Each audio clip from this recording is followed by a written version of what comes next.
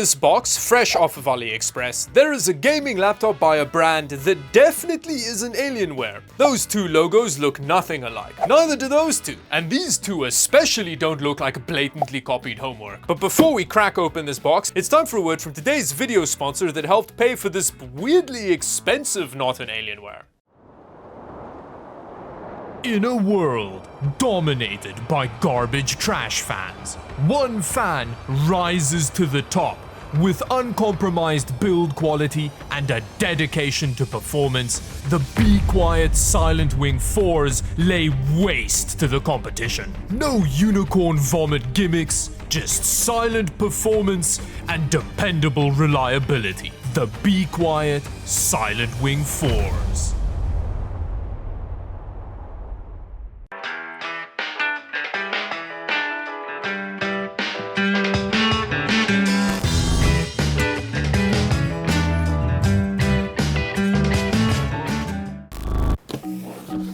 I love how there's damage on the box right over the bit telling me to report any damage on the box. That's a pretty Chad move, DHL.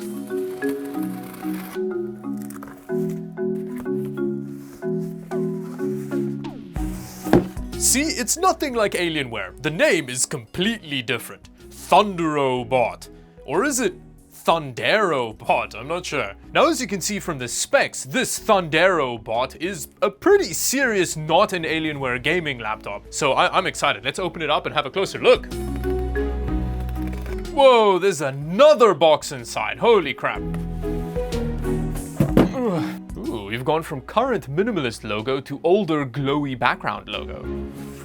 Wow, this is actually quite a nice 150 watt power brick. It's not very large and it's got a nice like soft rubber matte feeling to it. Oh, and it also comes with two different power plugs as well, which is quite useful. Damn, look at that undercarriage. Holy crap.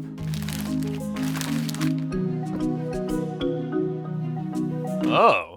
That actually looks disappointingly unlike an Alienware laptop. So disappointing, in fact, that it gives it a pretty serious we have Alienware at home vibe. I love that it's also called the 911. At this point, I did a quick Google, and it turns out Thunderobot does have a higher end model, the Zero, which looks a lot more like an actual Alienware laptop. Interestingly, the Zero seems to be based on an Electronics laptop, which I guess is how you pronounce that, which supposedly is a pretty good laptop. Either way though, I feel like this being the loser model further adds to the we have Alienware at home vibe. Having said all of that, I actually think it looks a bit better than an Alienware laptop. It doesn't really scream gamer, you know, it just kind of whispers it. Now, in terms of build quality and material choices, it's not amazing, especially considering the quite premium asking price, which we'll get into a bit later. In the top, you know, you do have this top metal plate.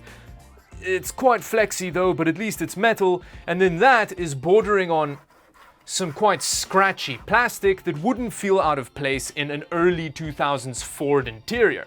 And then when you open up the laptop, in here, again, it looks pretty nice. You know, I really don't think it's a particularly bad looking laptop, but none of these materials feel as premium as you'd expect considering the asking price. Like, the build feels like a laptop from several years ago. In terms of the keyboard,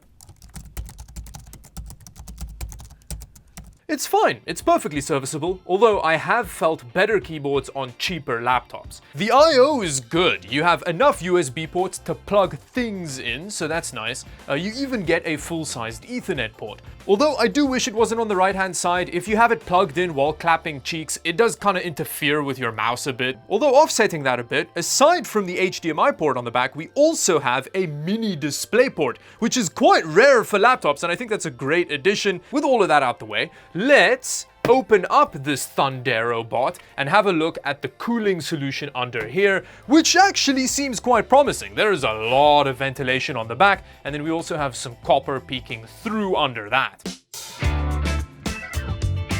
Ah, a warranty seal, nice. Now, I am definitely a non-professional, but I'm also not one to take orders from a sticker on the base of a Thundero, so I'm gonna have to open it just to assert my dominance. Now, despite there being a raised bit on the back that makes it seem like somebody wanted to put a glory hole on the back of this laptop, someone stupid told them not to do it, so I ended up having to undo all the screws to get the back off. Initially, I thought I also had to take the keyboard out to get the back off, which was quite easy to do, but there were no screws under there. I just had to pry plastic harder.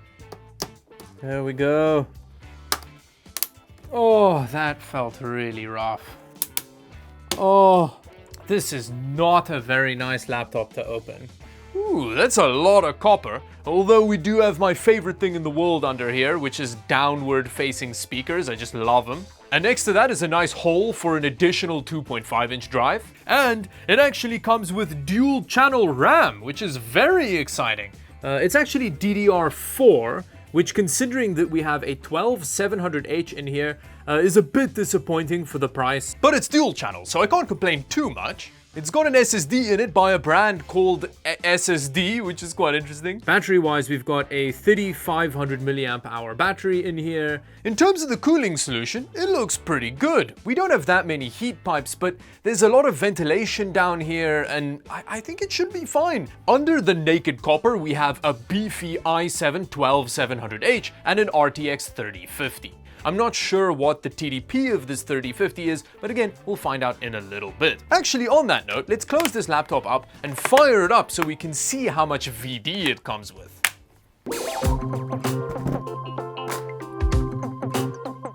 Wow, that is a lame power button. Now we get to a very exciting bit of the video. We get to see what kind of VD a Thundero Bot 911 from Aliexpress comes with. My bet, though, is that it probably doesn't have much VD on it. Control Center 3.0 seems to be Thundero Bot specific software with like fan speed control and power modes and stuff.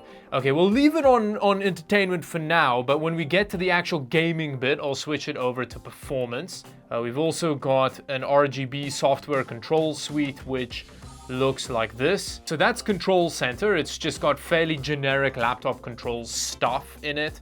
Other than that though, it's just got Windows 11 on it, which shows it clearly isn't an Alienware clone, considering that it's not so loaded down with venereal disease that it puts 18th century sailors to shame. Anyways, on that note, let's try and game on the Thundero Bot.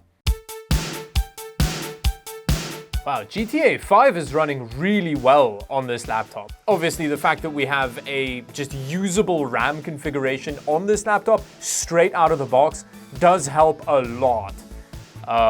Although, the temperatures are a lot more wild, especially on the CPU. Damn! It's also so noisy. This is a great example of a gaming laptop LARPing as a jet engine. Let's try a more demanding game and see how it handles that.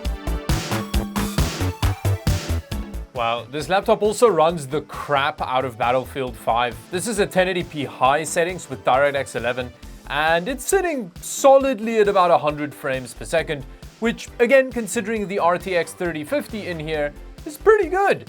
You can see that the GPU does seem to be averaging about 65 watts, but it does jump up to 75 every now and then. The display is really good. It measures quite well. You get about 100% sRGB color space coverage, and it's got decent contrast for an IPS display. The only anomaly is there's a lot of deviation in magenta for some reason, but everything else is nice and accurate. So I've been playing Battlefield 5 for a while, and again, the temperatures are actually doing reasonably well at the moment. If you put your hand behind the back of the laptop, there is a lot of air moving out, and it's quite efficiently dissipating the heat. Although, I just got katana'd quite hard there, but it is very laptop noisy. Like, you can definitely hear it.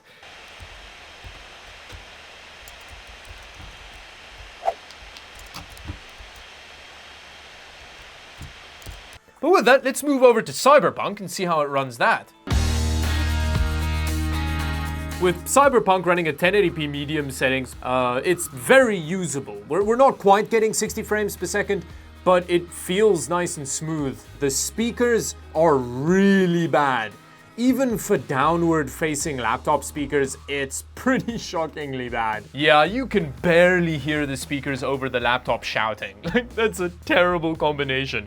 Bad downward-facing speakers with a ramjet laptop. It means you just can't hear anything. All in all, not taking the price into account, the definitely not an Alienware Thundero bot gaming laptop may not be crazy well built, but it's pretty good. The problem is, I had to pay 1,900 Canadian dollars for this thing. When compared to North American pricing, that is way too much. Not even taking sales into account, you can get a nicer laptop for a couple $100 less. The thing is, there is a lot more to the world than just North America, and if you're in North America, you're probably not buying one of these. So let me know in the comment section down below how this Thundero bot's pricing compares to gaming laptops in your country. Which brings me to the end of the video. Consider watching another one if you enjoyed it. A suggestion will pop up in a second. And until the next video, bye bye.